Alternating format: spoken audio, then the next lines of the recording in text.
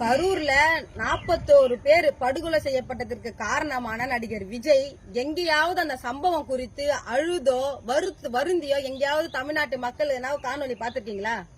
பாத்திருக்கவே முடியாது, வாய்ப்பே கிடையாது. ஆனா நடிகர் விஜய் ஸ்மைல் பண்ணி செல்ஃபி எடுத்ததை பாக்குறீங்களா? பாருங்க.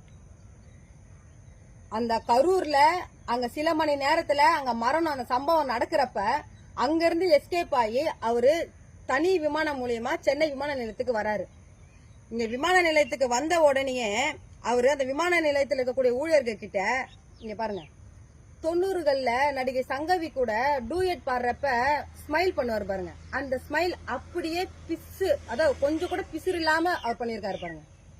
அதே போல சங்கவி கூட போட்டோ ஷூட் எடுப்பாரு பாருங்க. இவர் எடுக்கிற அந்த ஊழியர் கூட இருக்கிற செல்ஃபி பாருங்க. நடிகை சங்கவி கூட நடிகர் விஜய் போட்டோ ஷூட் எடுக்கிற அப்படியே பிசுறு இல்லாம எடுத்திருக்கிறாரு பாருங்க. கொஞ்சம் கூட நம்மளால அவ்வளவு பெண்கள் குழந்தைகள் படுகொலை செய்யப்பட்டிருக்காங்களேன்னு மனசுல கொஞ்சம் கூட ஒரு குற்ற உணர்வே இல்லாம, ஒரு ஈவு இரக்கமே இல்லாம நடிகர் விஜய் இதை செயல் செஞ்சிருக்காரு. இதுதாங்க நடிகர் விஜய், இதுதான் நடிகர் விஜய். இந்த இழிவான செயலை தமிழ்நாட்டில் இருக்கக்கூடிய விஜயோடைய ரசிகர்களும் விஜயோடைய ஆதரவாளர்களும், விஜய்க்கு வக்காலத்து வாங்குறீங்க பாருங்க சில அரசியல் கட்சி தலைவர்கள்லாம் கிண்டல் கேலி பண்ணி, அவங்கெல்லாம் நடிகர் விஜய் மனித இனத்திலேயே இப்படி ஒரு குணாதிசயம் மனித இனத்துல இருக்கக்கூடாது, இப்படி ஒரு ஈவு இறக்கமற்ற ஒரு செயலை நீ செய்யறன்னு யாராவது தமிழ்நாட்டில் இருக்கக்கூட ஒரு மானமுள்ள ஒரு தலைவன், அரசியல் கட்சி தலைவன் யாராவது நடிகர் விஜயை பார்த்து கேள்வி எழுப்பி கண்டனம் தெரிவிச்சிருக்கீங்களா? இல்ல.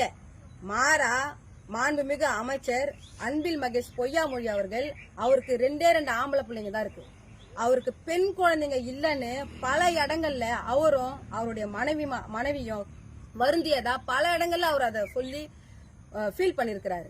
அந்த விஷயத்துலதான் 6-7 பிஞ்சு பிள்ளைங்க, பெண் குழந்தைங்க எதுக்காக நம்ம இறந்தோன்னு தெரியாம சவக்கடங்களை செத்து போய் கிடக்கிறப்ப அந்த மனுஷன் போய் மனசுல அவருக்கு ஈரம் இருக்கு. அவரு சாதாரண மனுஷன், அவரு ஒரு தந்தையா, எந்த ஒரு தந்தையா ஒரு பெண் குழந்தை இறந்து கிடைக்கிறப்ப அது உணர்வுபூர்வமா தன்னை அறியாம கண்ணுல தண்ணீர் வரும், அழுவாங்க.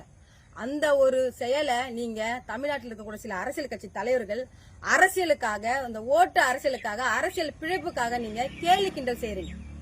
தமிழ்நாட்டு மக்கள் இத புரிஞ்சு கரூர்ல மரணம் அடைஞ்ச 41 பேருக்கு நீதி கிடைக்கிறதுக்கு நம்ம எல்லாரும் ஒன்றா இணைந்து போராடணும்.